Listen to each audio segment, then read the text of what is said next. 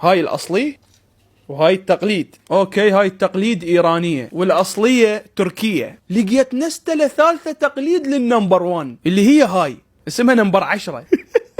ليبية، حتى ليبيا هم صنعت مثلها. شباب اني احس نفسي عطشان، اريد فد شيء يبرد قلبي. شو رايكم نجيب موطات يعني ايس كريمات. هذا تشوفونه من غير دول، يعني احنا نسمي الايس كريم موطه. طبعا مثل ما تعرفون اكو موطات اصليه، واكتشفت هاي الموطات الاصليه الها موطات تقليديه. طبعا كلكم شايفين هاي الموطه اللي على اساس اسمها كندر، بس التباوع ليش مكتوب كندور، والكندر ما بيه حرف او، وهنا يثبت لك انه هاي الموطه تقليد وكلاوات. بحثت على هاي السالفه لقيت اكو فعلا ايس كريم ام الكبوس مال كندر. شوف لي الكندر الاصليه، تفضل كندر، وشوف هاي كندور. شوف فرق الحجم، هاي العاديه ايش كبرها وهاي الاصليه ايش قدوتها. انا ما كنت متوقع اكو اصلا ايس كريم كندر. تعالوا خلينا نجرب العاديه، افتحها شوف ايش كبرها، خلينا نذوقها. بسم الله.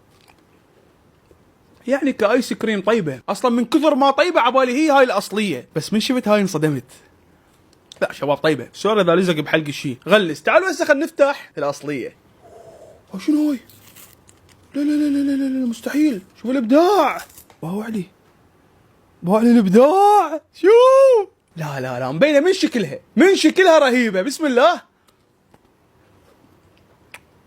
وات مستحيل شباب، طعمها طعم الكندر بوينه. هاي تجي قطعتين هم جايب لكم بيها تقليد، هسه راح اطلعها. تحسها ما بيها ثلج، حليب صافي. يا يابا لكان المنتجات حتى لو غاليه تسوى.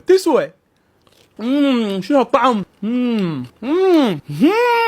زين تعالوا خلينا نشوف الضيم. جبت لكم موطه اوريو اصليه. الكارثه لقيت لها موطه تشبهها، شو اسمها؟ باوع فوريو. نفتح الفوريو. بشكلها هاي الفوريو التقليد، نذوقها. بسم الله. تحسها عبارة عن ثلج، عبالك اكو ثلج ببطنها، يعني مو حليب خالص، فتشي جامد. بالاضافة للبسكت تحسه عاوي. تعالوا هسه للعشق، الاوريو الاصلية. بوع شوف الابداع. خطية هذا، بدي يشوفني بالليل هسه قام يمطق. بعدك ما شايف شي بابا. بسم الله.